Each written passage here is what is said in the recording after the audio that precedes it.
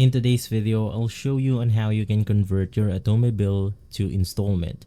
So you could be doing this on your Apple devices, or in my case an Android device right here. Open up the Atome application and you want to navigate through the bill that you want to transfer to monthly. In my case, I have my card available for billing.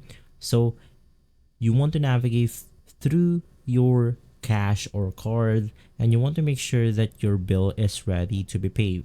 Unfortunately, my bills isn't ready as of the moment, so all you have to do is to simply head over to the bill itself or click on the go to bill button. It's going to be this small button right here, and inside this page you then want to click on the pay now button.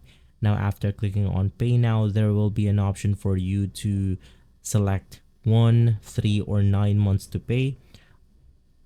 It's going to look something like this, on which you have to click on pay bill, but unfortunately in my case I cannot transfer it to monthly bills because I am not billed yet. But all you have to do is to click on the pay now button and select one of the monthly payment methods. If this video has been helpful, leave a like, subscribe, and follow Guide to Everything for more videos like this.